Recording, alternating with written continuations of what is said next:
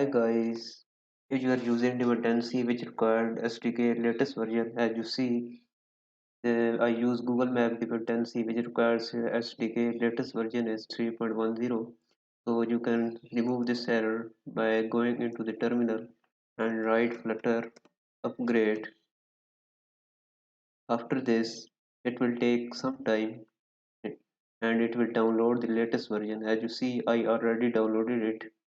It takes some time and it will upgrade to the latest version, which is 3.1, 3.1, 3.13.9, and the Dart version is 3.1.5.